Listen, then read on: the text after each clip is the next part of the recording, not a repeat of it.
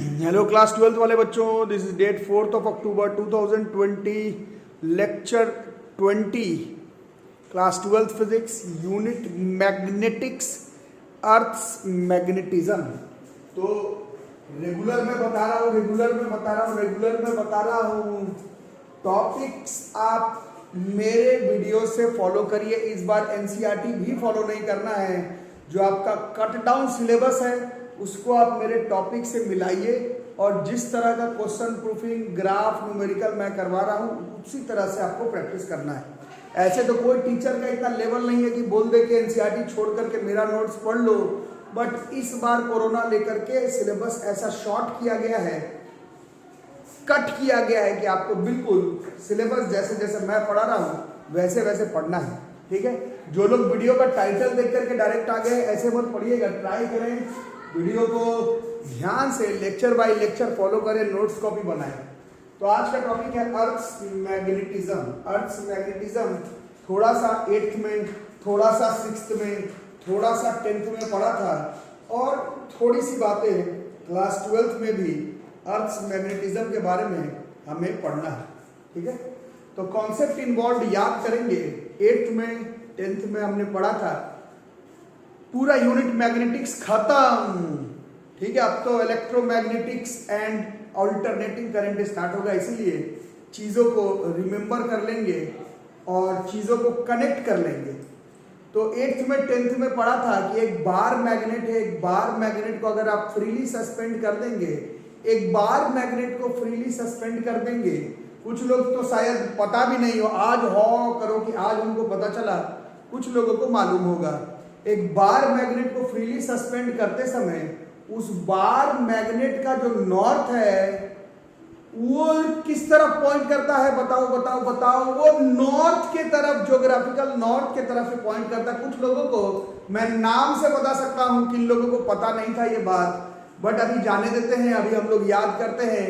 एक bar magnet को अगर हम लोग फ्रीली सस्पेंड करेंगे तो उसका जो नॉर्थ है वो ज्योग्राफिकल नॉर्थ के तरफ ही शो करता है। क्यों?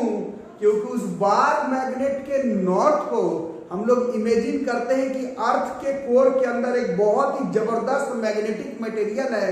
उस मैग्नेटिक मटेरियल का जो साउथ है वो हमारे सस्पेंड किए हुए बार मैग्नेट के नॉर्थ को अट्रैक्ट कर लेता है और उस अर्थ के अंदर वाले कोर ऑफ मैग्नेटिक मटेरियल का जो साउथ है वो अर्थ के ज्योग्राफिकल नॉर्थ के तरफ है। इस वजह से एक बार मैग्नेट को फ्रीली सस्पेंड जब करते हैं तो उसका जो नॉर्थ है बार मैग्नेट का वो ज्योग्राफिकल नॉर्थ के तरफ ही पॉइंट आउट करता है। ये 8th में भी पढ़ना था, ये 10th में भी पढ़ना था, फिर से बता देता हूं। एक बार मैग्नेट है, उसको फ्रीली सस्पेंड करेंगे तो उसका जो नॉर्थ है वो ज्योग्राफिकल नॉर्थ के तरफ ही शो करेगा, क्योंकि अर्थ का ज्योग्राफिकल नॉर्थ जो है वो अर्थ के कोर के अंदर जो ह्यूज एक मैग्नेटिक मटेरियल है उसके साउथ को अट्रैक्ट करता है और अर्थ के कोर में मौजूद मैग्नेटिक मटेरियल का जो साउथ है वो तुमने जो बार मैग्नेट सस्पेंड किया उसके नॉर्थ को अट्रैक्ट कर लेता है। इस वजह से फाइनली बार मैग्नेट का नॉर्थ ज्योग्राफिकल नॉर्थ के तरफ ही पॉइंट करता है और बार मैग्नेट का साउथ ज्योग्राफिकल साउथ के तरफ ही पॉइंट करता है। ये हमने 8th में 10th में और यहां तक कि 12th में भी पढ़ना है। बट कॉन्सेप्ट ये है कि बार मैग्नेट का नॉर्थ के तरफ तो पॉइंट करेगा, बट नॉर्थ तो बहुत ज्यादा है ना। नॉर्थ किसको कहोगे? बिल्कुल अगर नॉर्थ पोल को ही अगर नॉर्थ कह रहे हो तो बार मैग्नेट का नॉर्थ बिल्कुल नॉर्थ पोल के तरफ पॉइंट नहीं करता है। वो एक डेफिनिट एंगल से झुका हुआ रहता है, एक डेफिनिट एंगल बनाता है। उसी कॉन्सेप्ट पर हम लोग पढ़ेंगे अर्थ्स मैग्नेटिज्म। अगर आप ध्यान से डायग्राम को देखेंगे और बनाएंगे भी, बनाना भी शुरू करेंगे, ये देखो ये अर्थ है, ये देखो ये इसका ज्योग्राफिकल एक्सिस है, बिल्कुल सीधा सीधा। इस ज्योग्राफिकल एक्सिस जहां पर अर्थ के सरफेस को टच कर रहा है ऊपर के तरफ दैट इज नॉर्थ पोल, जहां नीचे के तरफ दिस इज साउथ पोल। ठीक है, अब हम लोग जैसे एक बार मैग्नेट को झुलाएंगे, जैसे ही एक बार मैग्नेट को झुलाओगे, जैसे ही एक बार मैग्नेट को झुलाओगे, जैसे ही एक बार मैग्नेट को झुलाओगे, जैसे ही एक बार मैग्नेट को झुलाओगे तो इसका जो नॉर्थ होता है वो ज्योग्राफिकल नॉर्थ की तरफ ही शो करेगा, इस बार मैग्नेट का साउथ ज्योग्राफिकल साउथ की तरफ ही शो करेगा। बट देख रहे हो कि इसके बीच में ये ढला हुआ है, यहाँ पर एक एंगल का फॉर्मेशन हो रहा है, ठीक है, इसको याद रखोगे। क्यों ऐसा हो रहा है? क्योंकि इस बार मैग्नेट का जो नॉर्थ है इसको हम लोग मानते हैं कि अर्थ के अंदर एक जबरदस्त मैग्नेटिक मटेरियल है, इसका साउथ तुम्हारे लटकाए हुए बार मैग्नेट के नॉर्थ को अट्रैक्ट करता है। अर्थ के कोर के अंदर जो मैग्नेटिक मटेरियल का जो नॉर्थ है वो तुम्हारे वाले बार मैग्नेट के साउथ को अट्रैक्ट करता है, ठीक है, समझ में आ रहा है। तो ये वाला जो है, ये वाला जो हम लोग मानते हैं कि अर्थ के अंदर जरूर कोई एक बहुत ही जबरदस्त मैग्नेटिक मटेरियल है, उसको शो करता हुआ जो एक्सिस है, इस एक्सिस को हम लोग मैग्नेटिक एक्सिस कहते हैं, इसको हम लोग मैग्नेटिक एक्सिस कहते हैं, ठीक है। तो ये तो हमारा ज्योग्राफिकल एक्सिस था, ये हमारा मैग्नेटिक एक्सिस था। ज्योग्राफिकल एक्सिस जहां पर टच कर रहा था तो वो एक्चुअल वाला north pole south pole. Magnetic axis जहां पर टच कर रहा है तो यहां पर भी बन रहा है साउथ पोल, एस डैश से डिनोट कर रहे हैं, नॉर्थ पोल एंड डैश से डिनोट कर रहे हैं, ठीक है, समझ में आ रही बात। इसको हम लोग मैग्नेटिक पोल्स कहते हैं, these are our magnetic poles, S dash and dash. और ये जो नॉर्थ पोल और साउथ पोल है ये हमारा ज्योग्राफिकल पोल्स है, ठीक है। तो ये अगर अर्थ है तो ये जो एक ग्रेट सर्कल है परपेंडिकुलर है हमारे ज्योग्राफिकल एक्सिस के, इसको ही हम लोग इक्वेटर कहते हैं, this is known as equator, इसको ही हम लोग इक्वेटर कहते हैं, ठीक है। और जो मैग्नेटिक मटेरियल, ये तो ज्योग्राफिकल नॉर्थ साउथ था, मैग्नेटिक वाले का साउथ एस डैश इधर एन डैश इधर, ये इसका एक्सिस, और यहाँ पर जो इक्वेटर होगा ग्रेट सर्कल इक्वेटर, इसको हम लोग मैग्नेटिक इक्वेटर कहेंगे। This is our magnetic equator और this is our equator, this is our magnetic equator and this is our equator, magnetic equator and this is our equator.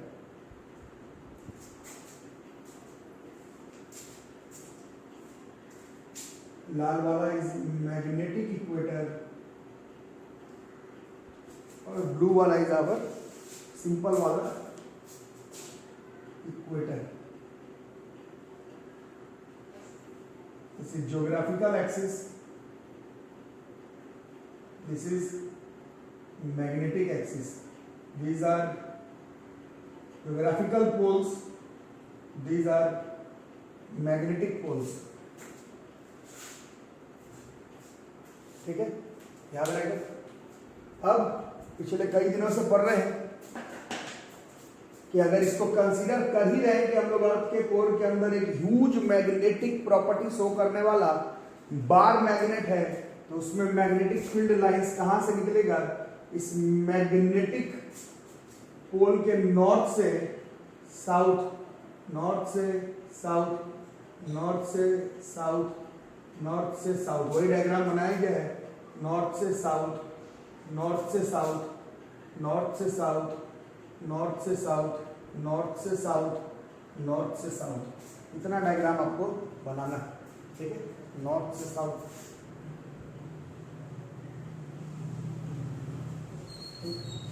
तो definition भी लिख लेंगे। Definition कहता है the axis of rotation of earth is called geographical axis and the points where it passes through the surface of the earth are called geometric poles. जैसे कि इसमें N और एस है, एन और S. The axis of rotation of Earth is called geographical axis, and the points where it passes through the surface of the Earth are called geometric poles, या फिर geographical poles भी इसको हम लोग कहते हैं। The great circle, ये जो सर्कल है, the great circle on Earth's surface perpendicular to geographical axis, perpendicular to geographical axis great circle is called equator.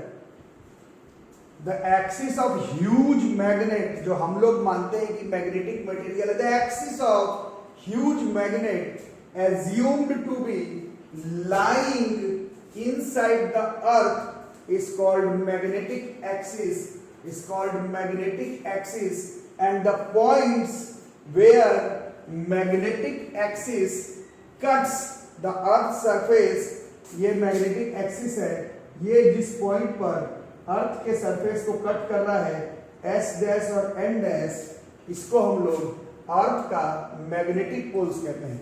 These are N dash S dash are magnetic poles, and S are geometrical या फिर geographical poles.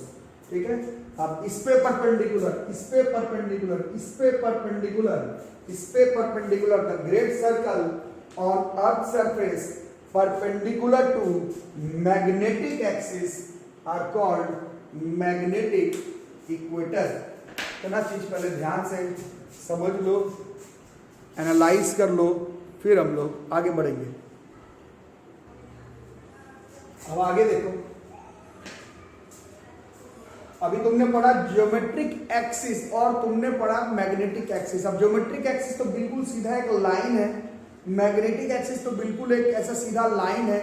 एक line पर किस तरह का क्या calculation या फिर किस तरह का क्या वैल्यूज हम लोग डिराइव कर सकते हैं, इसलिए हम लोग एक पूरा प्लेन, मतलब एक्सिस, ये अगर मान लो तुम्हारा ज्योमेट्रिक एक्सिस है तो उस एक्सिस पर पास करता हुआ एक प्लेन 2 डायमेंशन फिगर लो. प्लेन तो 1 डायमेंशन है, लाइन तो 1 डायमेंशन है, एक प्लेन कंसीडर करो. ज्योग्राफिकल एक्सिस को कंटेन करने वाला एक plane is known as geometric meridian, geographical meridian. और मैग्नेटिक एक्सिस को कंटेन करने वाला एक प्लेन को कंसीडर करोगे, मैग्नेटिक एक्सिस को कंटेन करने वाला एक प्लेन को कंसीडर करोगे तो उस प्लेन को 2 डायमेंशनल फिगर को, 2 डायमेंशनल स्ट्रक्चर को हम लोग मैग्नेटिक मेरिडियन कहेंगे. A vertical plane passing through the geographical axis is called geographical meridian, and a vertical plane passing through the magnetic axis is called magnetic meridian. जैसे कि ये हमारा कहीं यहां पर अगर कहीं पर होता मैग्नेटिक एक्सिस, कहीं पर भी होता मैग्नेटिक एक्सिस, कहीं पर भी अगर इसमें होता मैग्नेटिक एक्सिस, तो एक प्लेन जो उस मैग्नेटिक एक्सिस को कंटेन करता, उस प्लेन को हम लोग मैग्नेटिक मेरिडियन कहते हैं. उसी तरह से कहीं पर होता ज्योग्राफिक एक्सिस, कहीं पर होता geographical axis, north pole south pole, उस ज्योग्राफिकल एक्सिस को कंटेन करता हुआ एक प्लेन, उस जियोमेट्रिकल या फिर ज्योग्राफिकल एक्सिस को कंटेन करते हुआ जो प्लेन है उसको हम लोग ज्योग्राफिकल मेरिडियन कहते हैं.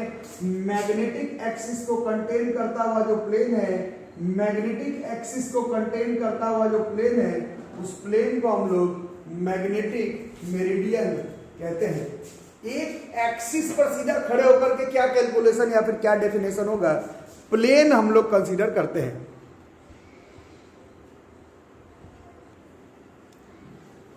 अब थोड़ा देखना, टॉपिक कंफ्यूजिंग होगा बट होगा तो होगा, पढ़ना पड़ेगा. टॉपिक है मैग्नेटिक एलिमेंट्स. लिखो पहले, the physical quantities which determines the intensity of Earth's total magnetic field completely, both in magnitude as well as direction, are called magnetic elements. Definition लिखो, the physical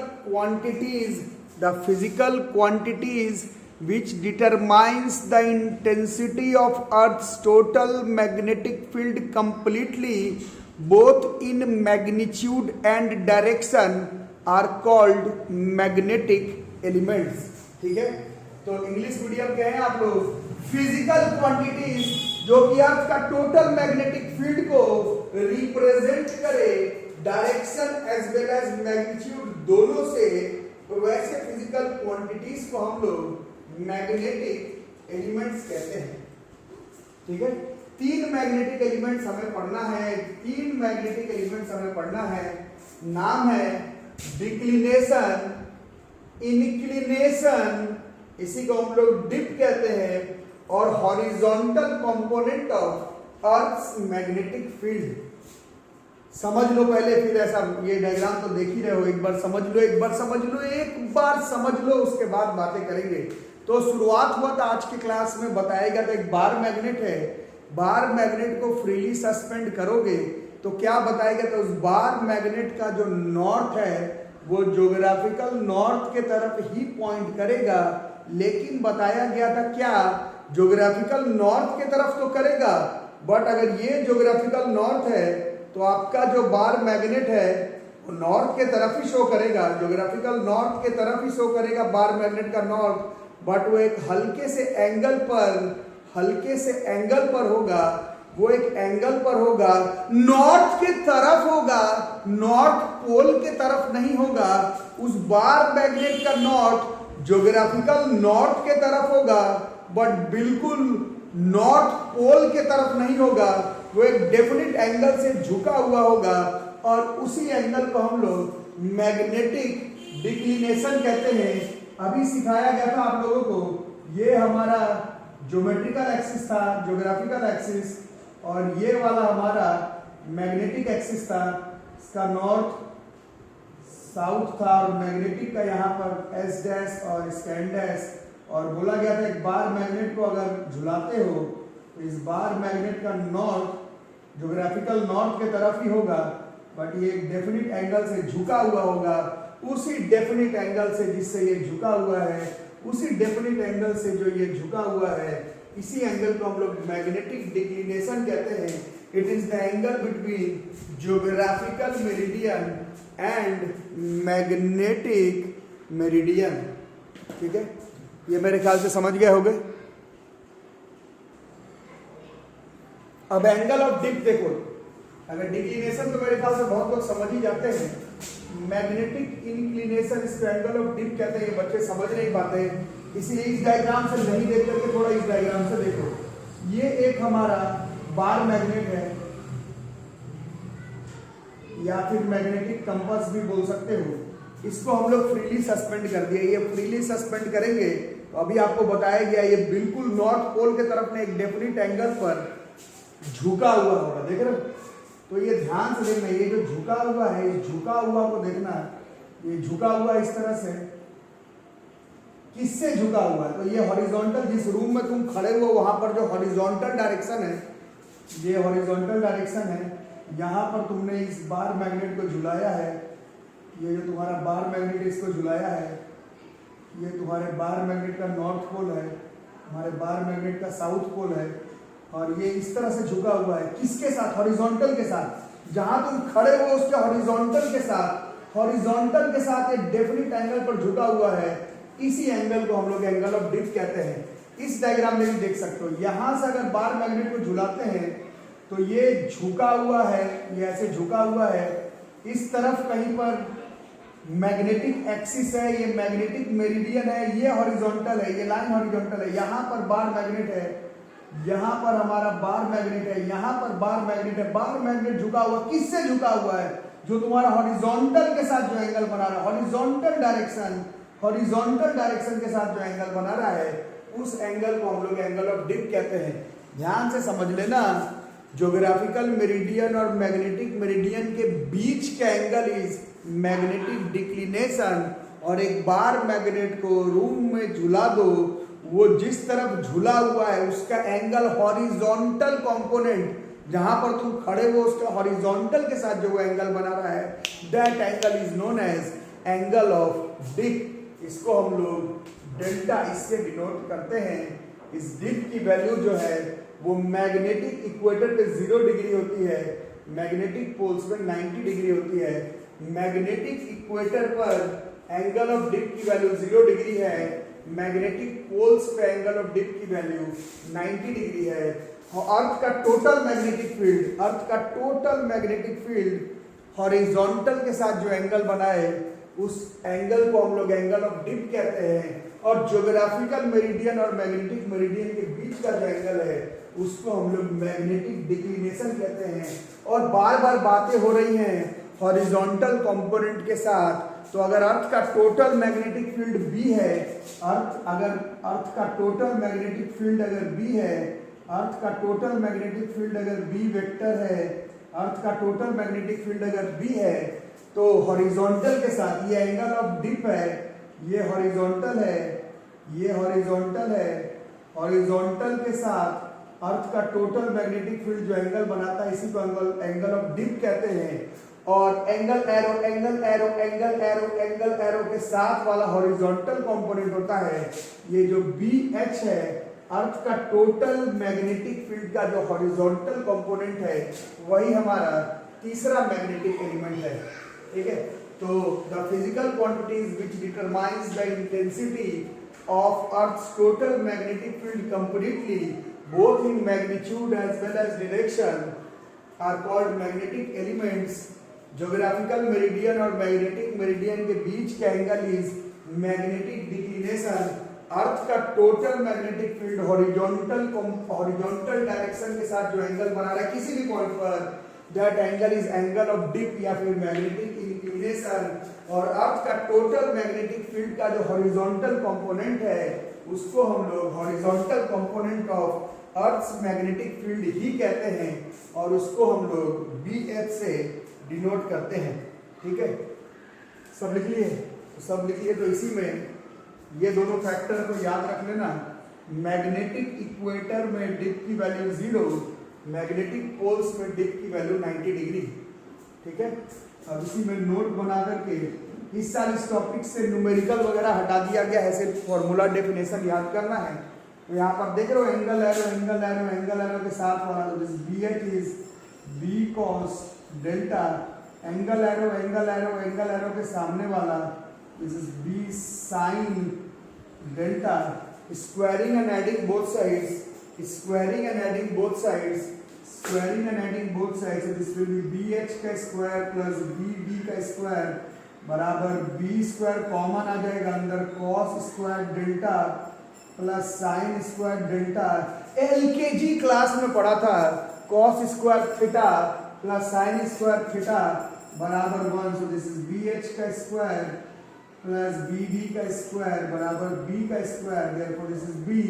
अर्थ का टोटल मैग्नेटिक फील्ड, अर्थ का total magnetic field is under root horizontal component का square plus vertical component का square.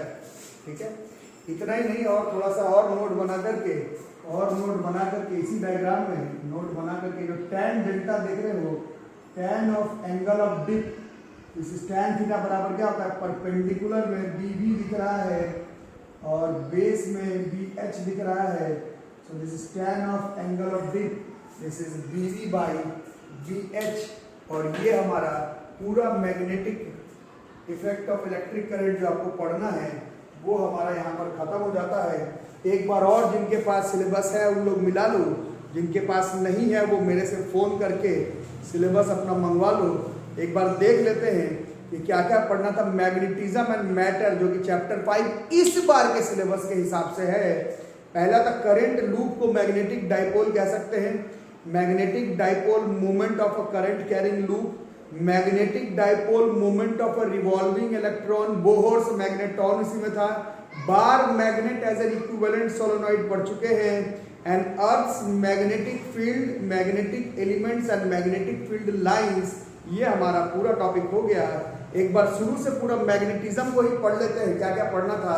Concept of magnetic field, oriented experiment, Biot Savart law, application to current carrying cable circular loop, ampere circuital law, application of infinite long straight wire, हमने finite के लिए भी पढ़ा है, straight and toroidal solenoids, force on a moving charge in uniform magnetic field F बराबर BQV sin theta, force on a current carrying conductor in a uniform magnetic field BIL sin theta, force between two parallel current carrying conductor and definition of 1 ampere आपके copy में मिल जाएगा। Torque experience by a current loop in uniform magnetic field copy में मिल जाएगा। Moving coil galvanometer and current sensitivity and conversion of galvanometer into ammeter and voltmeter, पूरा topic line by line. जो लोग बीच बीच में से देख रहे नहीं, लाइन बाय लाइन अगर आप लोग मिलाते हैं तो यहाँ पर हमारा पूरा सिलेबस खत्म हो जाएगा। ठीक है, तो अब हम लोग मिलेंगे अगला chapter electromagnetic induction and alternating current के साथ अगले क्लास में। वीडियो पसंद आ रहा हो चैनल को सब्सक्राइब करके रखो और दोस्तों के साथ शेयर करके चलो। ठीक है, मिलते हैं अगले क्लास में, तब तक के लिए थैंक यू।